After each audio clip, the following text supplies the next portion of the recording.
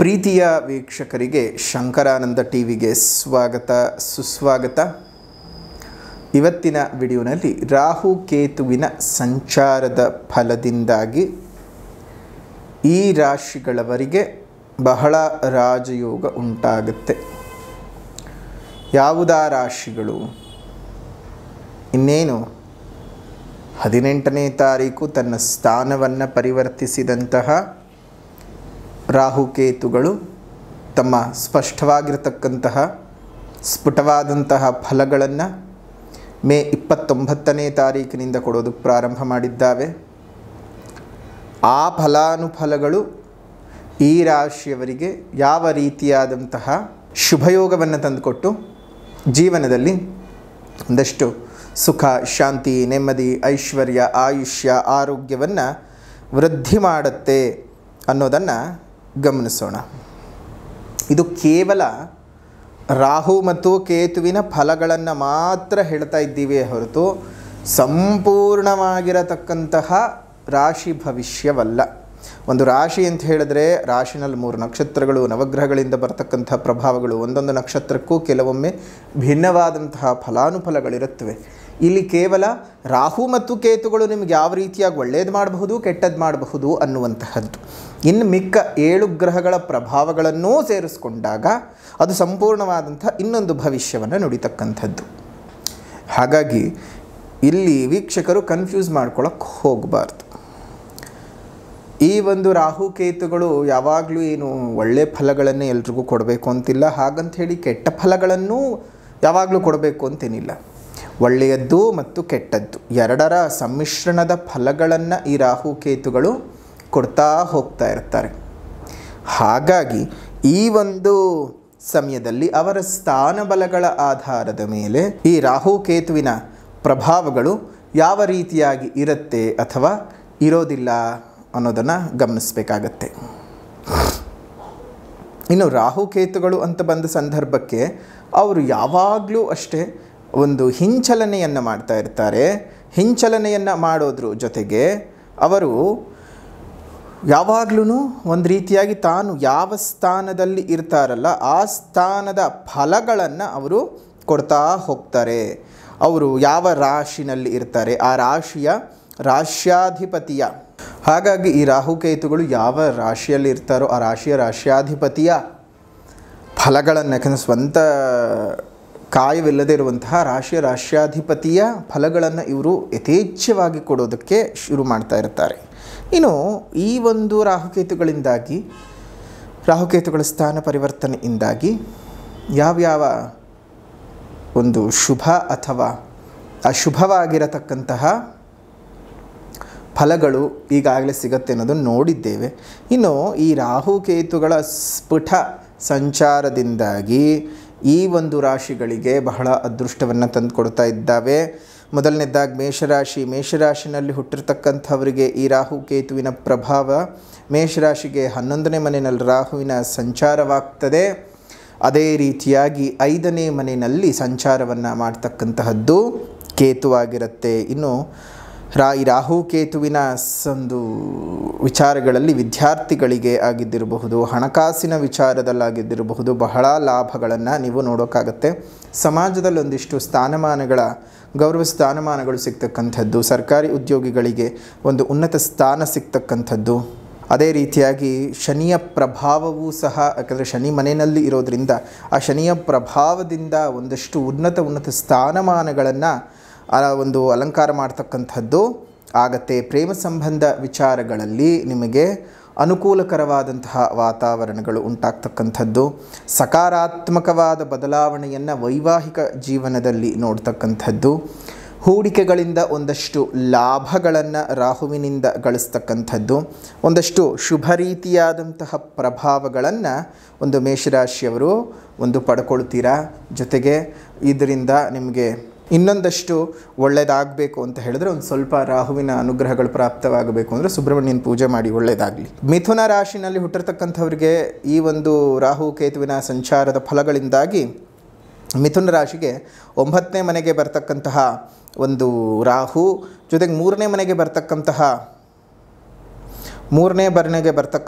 ಕೇತುವಿನ ಈ ಒಂದು ಸಂಚಾರದ ಫಲಗಳಿಂದಾಗಿ ವೃತ್ತಿಜೀವನದಲ್ಲಿ ಬಹಳ ಲಾಭಗಳನ್ನು ನೋಡ್ತೀರಿ. ವಿದೇಶ ಪ್ರಯಾಣದ ಯೋಗಗಳು ಸಿಗ್ತಕ್ಕಂಥದ್ದು, ಹಣಕಾಸಿನ ಅಭಿವೃದ್ಧಿಗಳು ತುಂಬಾ ಚೆನ್ನಾಗಾಗ್ತಕ್ಕಂಥದ್ದು, ಬರಹಗಾರರಿಗೆ, ಲೇಖಕರಿಗೆ, ಕವಯತ್ರಿಗಳಿಗೆ ಒಂದಿಷ್ಟು ಉನ್ನತವಾದ ಸ್ಥಾನಮಾನಗಳು ಸಿಗ್ತಕ್ಕಂಥದ್ದು, ವಿಜ್ಞಾನಿಗಳಿಗೆ ನಿಮ್ಮ ಒಂದು ಇನೋವೇಷನ್ಸ್ಗಳಿಂದ ಒಳ್ಳೆ ಬಹುಮಾನಗಳನ್ನಾಗಲಿ ಅಥವಾ ಗೌರವ ಪುರಸ್ಕಾರಗಳನ್ನು ಪಡೆದುಕೊಳ್ತಕ್ಕಂತಹ ಶುಭ ಸಂದರ್ಭಗಳು ಬರುತ್ತೆ. ಮನೆಯಲ್ಲಿದ್ದಂತಹ ಅನೇಕ ಅನಾವಶ್ಯಕವಾದಂತಹ ಕೆಡುಕಿನ ವಾತಾವರಣಗಳೆಲ್ಲ ದೂರ ಆಗ್ತಕ್ಕಂಥದ್ದಾಗತ್ತೆ. ಒಟ್ಟಾರೆಯಾಗಿ ಮಿಥುನ ರಾಶಿಯವರಿಗಂತೂ ಈ ಒಂದು ರಾಹುವಿನ ಮತ್ತು ಕೇತುವಿನ ಶುಭ ಸಂಚಾರದಿಂದಾಗಿ ಕೆಲ ಒಳ್ಳೆ ರೀತಿಯಾಗಿರ್ತಕ್ಕಂಥದ್ದು. ಕೇತು 3ನೇ ಮನೆಯಲ್ಲಿ ಸಂಚಾರ ಮಾಡೋದರಿಂದ ಈ ಅಣ್ತಮ್ಮಂದ್ರ ನಡುವೆ ಇದ್ದಂತಹ ಅನೇಕ ವೈಮನಸ್ಯಗಳು ದೂರ ಆಗ್ತಕ್ಕಂಥದ್ದು, ಪ್ರಯತ್ನಗಳಲ್ಲಿ ಯಶಸ್ಸು ಸಿಗ್ತಕ್ಕಂಥದ್ದು, ನಿಮ್ಮ ಜೀವನದಲ್ಲಿ ಒಂದಷ್ಟು ಸಕಾರಾತ್ಮಕ ಬದಲಾವಣೆಗಳನ್ನು ನೋಡೋದಕ್ಕೆ ಸಾಧ್ಯವಾಗ್ತಕ್ಕಂಥದ್ದು ಆಗತ್ತೆ. ಅದೇ ರೀತಿಯಾಗಿ ಇನ್ನು ತುಲಾರಾಶಿನಲ್ಲಿ ಹುಟ್ಟಿರ್ತಕ್ಕಂಥವರಿಗೆ ತುಲಾರಾಶಿ ರಾಶಿಯಾಧಿಪತಿ ಶುಕ್ರನಾಗಿರ್ತಾನೆ. ಜೊತೆಗೆ ಶುಕ್ರ ಇತ್ತೀಚೆಗೆ ಸ್ವಲ್ಪ ಶುಭ ಸ್ಥಾನಗಳಲ್ಲೂ ಸಹ ಸಂಚಾರ ಮಾಡ್ತಾ ಇದ್ದಾನೆ. ಇದರಿಂದಾಗಿ ರಾಹು 5ನೇ ಮನೆಗೆ ಹೋಗುತ್ತೆ, ಜೊತೆ ಕೇತು 11ನೇ ಮನೆಗೆ ಹೋಗುತ್ತೆ. 11ನೇ ಮನೆಯಲ್ಲಿ ಇರತಕ್ಕಂತಹ ಕೇತುವಿನ ಪ್ರಭಾವ ಬಹಳ ಅನುಕೂಲಕರದಾಯಕವಾಗಿರ್ತಕ್ಕಂತಹ ಒಂದು ಫಲಗಳನ್ನು ನಿಮಗೆ ಕೊಡ್ತಕ್ಕಂಥದ್ದು. ಸಾಂಸಾರಿಕ ಕಲಹಗಳಿಂದ ದೂರ ಮಾಡ್ತದೆ, ವ್ಯಾಪಾರ ವ್ಯವಹಾರಗಳಲ್ಲಿ ಲಾಭಗಳನ್ನು ತಂದುಕೊಡ್ತಕ್ಕಂಥದ್ದು, ಕೆಲಸ ಕಾರ್ಯಗಳಲ್ಲಿ ಹೆಚ್ಚಿನ ಜವಾಬ್ದಾರಿಯನ್ನು ನಿಮ್ಮ ತಲೆ ಮೇಲೆ ತಂದು ಹಾಕೋದು ಮಾತ್ರ ಅಲ್ಲ, ಅದರಲ್ಲಿ ಯಶಸ್ಸನ್ನು ಸಹ ತಂದು ಕೊಡ್ತಾನೆ. ಯಾರೂ ಮಾಡೋದಕ್ಕೆ ಸಾಧ್ಯ ಆಗದೇ ಇರತಕ್ಕಂತಹ ಒಂದು ವಿಚಾರಗಳನ್ನು ಈ ಒಂದು ಸಂದರ್ಭದಲ್ಲಿ ನಮ್ಮ ಈ ಕೇತುವಿನ ಸ್ಥಾನ ಫಲಗಳಿಂದಾಗಿ ನೀವು ಸಾಧನೆ ಮಾಡಿ ತೋರಿಸ್ತೀರ. ಒಳ್ಳೆ ರೀತಿಯಾದಂತಹ ಅನುಕೂಲತೆಗಳನ್ನು ನೀವು ಪಡ್ಕೊಳ್ಳೋದಕ್ಕೆ ಸಾಧ್ಯವಾಗುತ್ತೆ. ವಿದ್ಯಾರ್ಥಿಗಳಿಗೆ ಸ್ಪರ್ಧಾತ್ಮಕ ಪರೀಕ್ಷೆಗಳಲ್ಲಿ ಯಶಸ್ಸನ್ನು ಕಾಣ್ತೀರಿ. ವಿದ್ಯಾರ್ಥಿಗಳಿಗೆ ಸ್ಪರ್ಧಾತ್ಮಕ ಪರೀಕ್ಷೆಗಳಲ್ಲಿ ಯಶಸ್ಸನ್ನು ಕಾಣ್ತೀರಿ. ಸಿನಿಮಾ ನಟ ನಟಿಯರಿಗೆ ಗೌರವ ಸ್ಥಾನಮಾನಗಳು, ಹೊಸ ಅವಕಾಶಗಳೆಲ್ಲ ಸಿಗತಕ್ಕಂಥದ್ದು. ಒಟ್ಟಾರೆ ಖರ್ಚುಗಳು ಕಡಿಮೆಯಾಗತ್ತೆ, ಹೆಚ್ಚಿನ ಲಾಭಗಳು ನಿಮಗೆ ಬರತಕ್ಕಂಥದ್ದು ಈ ಒಂದು ಸಂದರ್ಭದಲ್ಲಿ ಆಗುತ್ತೆ. ಅದೇ ರೀತಿಯಾಗಿ ಮುಂದಿನ ರಾಶಿ ಧನಸ್ಸು ರಾಶಿನಲ್ಲಿ ಹುಟ್ಟಿರತಕ್ಕಂಥವರಿಗೆ ಈ ಒಂದು ರಾಹು ಬಂದು ನಿಮಗೆ 3ನೇ ಮನೆಯಲ್ಲಿ ಸಂಚಾರ ಮಾಡ್ತಾ ಇದ್ದಾನೆ. ಈ 3ನೇ ಮನೆಯ ರಾಹು ಅದೇ ರೀತಿಯಾಗಿ ಕೇತು 9ನೇ ಮನೆಯಲ್ಲಿ ಸಂಚಾರವನ್ನು ಮಾಡ್ತಾ ಇರೋದರಿಂದಾಗಿ ಈ ಸಂದರ್ಭದಲ್ಲಿ ನಿಮಗೆ ಸ್ವಲ್ಪ ದೂರಭಾರ ಪ್ರಯಾಣಗಳು ಜಾಸ್ತಿ ಆಗ್ತಕ್ಕಂಥದ್ದು. ಆಧ್ಯಾತ್ಮಿಕ ಕ್ಷೇತ್ರಗಳಲ್ಲಿ ಒಂದಷ್ಟು ಗುರುತಿಸಿಕೊಳ್ತೀರಿ. ಆಧ್ಯಾತ್ಮ ಸಾಧನೆಯನ್ನು ಮಾಡಬೇಕು ಅಂತ ಅಂದ್ಕೊಂಡಿರುವಂಥವ್ರಿಗೆ ಒಳ್ಳೆಯ ಲಾಭಗಳು ಬರುತ್ತೆ. ಅದೇ ರೀತಿಯಾಗಿ ನಿಮಗೆ ಒಂದಷ್ಟು ಶುಭ ರೀತಿಯಾಗಿರ್ತಕ್ಕಂತಹ ಪರಿವರ್ತನವಾಗಿರ್ತಕ್ಕಂತಹ ಫಲಗಳನ್ನು ನೀವು ಅನುಭವಿಸ್ತೀರ. ಹಣಕಾಸಿನ ವಿಚಾರದಲ್ಲಿ ಒಂದಿಷ್ಟು ಲಾಭದಾಯಕವಾಗಿರುತ್ತೆ. ಒಳ್ಳೆ ರೀತಿಯಾಗಿರ್ತಕ್ಕಂತಹ ಒಂದು ಶುಭ ಫಲಗಳನ್ನು ರಾಹುಕೇತುವಿನಿಂದ ಅನುಭವಿಸ್ತೀರಿ. ವ್ಯಾಪಾರದಲ್ಲಿ ಲಾಭಗಳು, ಈಗಿನ ವ್ಯಾಪಾರವನ್ನು ಸಹ ನೀವು ಎಕ್ಸ್ಟೆಂಡ್ ಮಾಡ್ಕೊಳ್ಳೋಕ್ಕೆ ನಿಮಗೆ ಅನುಕೂಲಗಳಿದ್ದಾವೆ. ಸೊ ಹಾಗಾಗಿ ಯೋಚನೆ ಮಾಡೋದು ಬೇಡ, ಧೈರ್ಯವಾಗಿದ್ದು ಜೀವನ ಸಾಗಿಸಿ. ಇನ್ನು ಜೂನ್ 25ನೇ ತಾರೀಕು ವಿಶೇಷವಾದಂಥ ಮಣ್ಣೆತ್ತಿನ ಅಮಾವಾಸ್ಯೆ ಇರೋದರಿಂದ ಆ ಮಣ್ಣೆತ್ತಿನ ಅಮಾವಾಸ್ಯೆಯ ಪ್ರಯುಕ್ತ ಮಾಡ್ತಾ ಇರತಕ್ಕಂತಹ ಸರ್ವಕಾರ್ಯ ಸಿದ್ಧಿ ರಜತತಾಯಿತವನ್ನು ಮಾಡ್ತಾ ಇದ್ದೇವೆ ನಿಮ್ಮೆಲ್ಲರ ಒತ್ತಾಯದ ಮೇರೆಗೆ. ಹಾಗಾಗಿ ಈ ಒಂದು ಅಮಾವಾಸ್ಯೆಯ ಪರ್ವಕಾಲದಲ್ಲಿ ಮಾಡ್ತಾ ಇರತಕ್ಕಂತಹ ಮೂಲಿಕಾ ತಾಯಿತ, ಹಲವು ಮೂಲಿಕೆಗಳನ್ನು ಸೇರಿಸಿ ಮಾಡುವಂತಹ ಈ ಒಂದು ರಜತ ತಾಯಿತವನ್ನು ನೀವು ಧರಿಸಿಕೊಳ್ಳೋದ್ರಿಂದ ದೃಷ್ಟಿದೋಷಗಳು, ಕೃತ್ರಿಮ ದೋಷಗಳು, ಮಾಟಮಂತ್ರ ದೋಷಗಳು ತುಂಬ ಪ್ರಯತ್ನ ಪಡ್ತಾ ಇದ್ದೇವೆ, ನಮ್ಗೆ ಯಾವುದೇ ಕೆಲಸ ಕಾರ್ಯಗಳಲ್ಲಿ ಅಭಿವೃದ್ಧಿ ಆಗ್ತಾ ಇಲ್ಲ, ಶುಭ ರೀತಿಯಾದ ಫಲಾನುಫಲಗಳು ಸಿಗ್ತಾ ಇಲ್ಲ ಅಂತ ಹೇಳಿ ತುಂಬ ನೋವನ್ನು ಏನಾದರೂ ನೀವು ಮಾಡ್ಕೊಳ್ತಾ ಇದ್ದರೆ ಈ ತಾಯಿತವನ್ನು ನಿಮ್ಮ ಬಲತೋಳಿನಲ್ಲಾಗಲಿ ಅಥವಾ ಕತ್ತಿನಲ್ಲಾಗಲಿ ಧರಿಸಿ. ಅದರಿಂದ ಅತ್ಯುತ್ತಮವಾದಂತಹ ಫಲಗಳನ್ನು ನೀವು ಪಡ್ಕೊಳ್ಳೋದಕ್ಕೆ ಸಾಧ್ಯ ಇದೆ. ಹಾಗಾಗಿ ಆ ತಾಯಿತದ ಬಗ್ಗೆ ಏನಾದರೂ ಹೆಚ್ಚಿನ ಮಾಹಿತಿ ಬೇಕಾದರೆ ಇಲ್ಲೇ ಇರ್ತಕ್ಕಂಥ ಫೋನ್ ನಂಬರ್ಗೆ ಫೋನ್ ಮಾಡಿ, ಅವರು ನಿಮಗೆ ಸಂಪೂರ್ಣವಾದ ಮಾಹಿತಿಯನ್ನು ಹೇಳ್ತಾರೆ.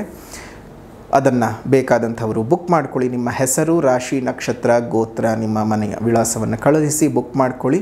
ಅದರಿಂದ ನಿಮ್ಮ ಮನೆಗೆ ಅಮಾವಾಸ್ಯೆಯ ನಂತರದಲ್ಲಿ ಬಂದು ತಲುಪತ್ತೆ. ಕೆಲವೊಬ್ಬರು ಏನು ಮಾಡ್ತೀರಾ ಅಂತ ಹೇಳಿದ್ರೆ, ಅಮಾವಾಸ್ಯೆ ಆಗೋಯ್ತಾ ಅಂತ ಕೇಳ್ತೀರಿ. ಅದೇನು ಮರದಲ್ಲಿರೋ ಹಣ್ಣ ಅರ್ಥ ಮಾಡ್ಕೊಳ್ಬೇಕಲ್ವ. ಇವತ್ತು ಅಮಾವಾಸ್ಯೆ ಆಗಿದೆ, ಅಮಾವಾಸ್ಯೆ ಆದಮೇಲೆ ನಿಮ್ಮ ಮನೆಗೆ ಬಂದು ತಲುಪೋದಕ್ಕೆ ಅದಕ್ಕೊಂದಷ್ಟು ಸಮಯ ಅನ್ನೋದು ಬೇಕು. ಅಮಾವಾಸ್ಯೆ ದಿವಸನೇ ಅಥವಾ ಅಮಾವಾಸ್ಯೆ ಆಗಿದ್ದು ಮಾರನೇ ದಿವಸನೇ ಬಂದು ನಿಮ್ಮ ಮನೆಗಳ ಬಗ್ಗೆ ಪೋಸ್ಟ್ ಲೇನ್ ತಲುಪಲ್ಲ. ಪೋಸ್ಟ್ ತಂದುಕೊಡೋನು ಮನುಷ್ಯನೇ, ಮೆಷಿನ್ ಅಂತೂ ಅಲ್ಲ. ಅದಕ್ಕೊಂದು ವಾರ ಟೈಮ್ ಬೇಕಾಗುತ್ತೆ. ಅಮಾವಾಸ್ಯೆಯಾಗಿ ಒಂದು 6-7 ದಿನದ ಒಳಗಡೆ ನಿಮಗೆ ಬಂದು ತಲುಪತ್ತೆ. ಸಾಧ್ಯ ಇರುವಂಥವ್ರು ಬುಕ್ ಮಾಡ್ಕೊಳ್ಳಿ. ಅರ್ಜೆಂಟ್ ಅಂತೂ ಮಾಡ್ಕೊಳ್ಳೋಕ್ಕೆ ಹೋಗಬೇಡಿ. ಅಮಾವಾಸ್ಯೆ ದಿವಸ ನಿಮ್ಮ ಹೆಸರಿನಲ್ಲಿ ತಾಯ್ತೆಗಳಾಗಿ, ಮತ್ತು ತಾಯ್ತೆಗಳಾಗಿದ್ದ ತಕ್ಷಣ ಅಮಾವಾಸ್ಯೆ ದಿವಸನೇ ನಾವು ಖಂಡಿತವಾಗಿಯೂ ಕೊರಿಯರ್ ಕಳಿಸೋದಿಲ್ಲ. ಅದರ ನೆಕ್ಸ್ಟ್ ಡೇ ಅದನ್ನೆಲ್ಲ ಪ್ಯಾಕಿಂಗ್ ಆಗಿ, ಎಷ್ಟು ಜನ ಬುಕ್ ಮಾಡ್ಕೊಂಡಿರ್ತಾರೆ ಎಲ್ಲರಿಗೂ ಪ್ಯಾಕಿಂಗ್ ಆಗಿ ಅವ್ರಗಳ ಅಡ್ರೆಸ್ಗಳನ್ನೆಲ್ಲ ಬರೆದು ಯಾರಿಗೂ ಮಿಸ್ ಆಗಬಾರ್ದು. ಆ ರೀತಿಯಾಗಿ ಎಲ್ಲರಿಗೂ ಸಹ ಕಳುಹಿಸಿ ಕೊಡಬೇಕು. ಹಾಗಾಗಿ ಒಂದಷ್ಟು ಸಮಯ ಹಿಡಿಯುತ್ತೆ. ತಾಳ್ಮೆಯಾಗಿ ನೀವು ಮೆಸೇಜ್ ಮಾಡಿ, ಅದಕ್ಕೆ ಅವರು ರಿಪ್ಲೈ ಕಳಿಸಿರ್ತಾರೆ, ಇಂಥ ದಿವಸ ಬರುತ್ತೆ ಅಂತ. ಆವಾಗ ನಿಮಗೆ ಬಂದು ತಲುಪತ್ತೆ. ಯೋಚನೆ ಮಾಡೋದಂತೂ ಬೇಡ. ಆತರ ಪಟ್ಕೊಂಡು ಯಾರು ಬುಕ್ ಮಾಡ್ಕೊಳ್ಳೋರಿದ್ರೆ ಮಾಡೋಕ್ಕೆ ಹೋಗಬೇಡಿ. ಏನೂ ಅವಸರ ಇಲ್ಲ, ಸರಿನಾ? ಅವಸರ ಮಾಡೋರು ಯಾರು ಬುಕ್ ಮಾಡ್ಕೊಳ್ಳುವಂಥ ಅವಶ್ಯಕತೆಯೇ ಇಲ್ಲ. ತಾಳ್ಮೆ ಇರುವಂತಹವರು, ನಂಬಿಕೆ ಇರುವಂಥವ್ರು ಬುಕ್ ಮಾಡ್ಕೊಳ್ಳಿ. ಇದುವರೆಗೂ ತಡವಾಗುತ್ತೆ, ಕೆಲವೊಬ್ಬರಿಗೆ ತಡವಾಗುತ್ತೆ, ಹಾಗಂಥೇಳಿ ಹೋಗದೇ ಇರುವಂಥದ್ದಂತೂ ಯಾರಿಗೂ ಇಲ್ಲ. ಸ್ವಲ್ಪ ತಾಳ್ಮೆ ಇರೋರು ಮಾತ್ರ ಬುಕ್ ಮಾಡ್ಕೊಳ್ಳಿ. ಯಾಕಂದರೆ ನಿಮ್ಮ ಒಂದು 20-30 ಫೋನ್ ಮಾಡ್ತಾನೇ ಇರ್ತೀರಿ, ಬಂದಿಲ್ಲ ಬಂದಿಲ್ಲ ಬಂದಿಲ್ಲ ಅಂತ. ಅಮಾವಾಸ್ಯೆ ಇನ್ನೂ ನಾಳೆ ಇರುತ್ತೆ, ಇವತ್ತಿಂದನೇ ಶುರು ಮಾಡಿಬಿಟ್ಟಿರ್ತೀರಿ. ಆ ಥರ ಅರ್ಜೆಂಟ್ ಮಾಡೋರಿಗಂತೂ ನಾವು ಮಾಡಿಕೊಡೋದೇ ಇಲ್ಲ. ತಾಳ್ಮೆ ಇರೋರು ಮಾಡ್ಕೊಳ್ಳಿ. ಒಳ್ಳೆಯದಾಗಲಿ, ಶುಭವಾಗಲಿ. ಇವತ್ತಿನ ಈ ವಿಶೇಷವಾದಂಥ ವಿಡಿಯೋನ ಇಲ್ಲಿಗೆ ಮುಕ್ತಾಯ ಮಾಡೋಣ. ವಿಡಿಯೋ ಇಷ್ಟ ಆಗಿದ್ದರೆ ಲೈಕ್ ಮಾಡಿ, ಶೇರ್ ಮಾಡಿ, ಕಮೆಂಟ್ ಮಾಡಿ. ಮತ್ತೊಂದು ವಿಡಿಯೋನಲ್ಲಿ ಭೇಟಿ ಮಾಡ್ತೇವೆ. ಅಲ್ಲಿವರೆಗೂ ನಮಸ್ಕಾರ. ಲೋಕಾ ಸಮಸ್ತ ಸುಖಿನೋ ಭವಂತು, ಸಕಲ ಸನ್ಮಂಗಳಾನಿ ಭವಂತು, ಸರ್ವೇ ಜನಾಃ ಸುಖಿನೋ ಭವಂತು, ಸಮಸ್ತ ಸನ್ಮಂಗಳಾನಿ ಭವಂತು.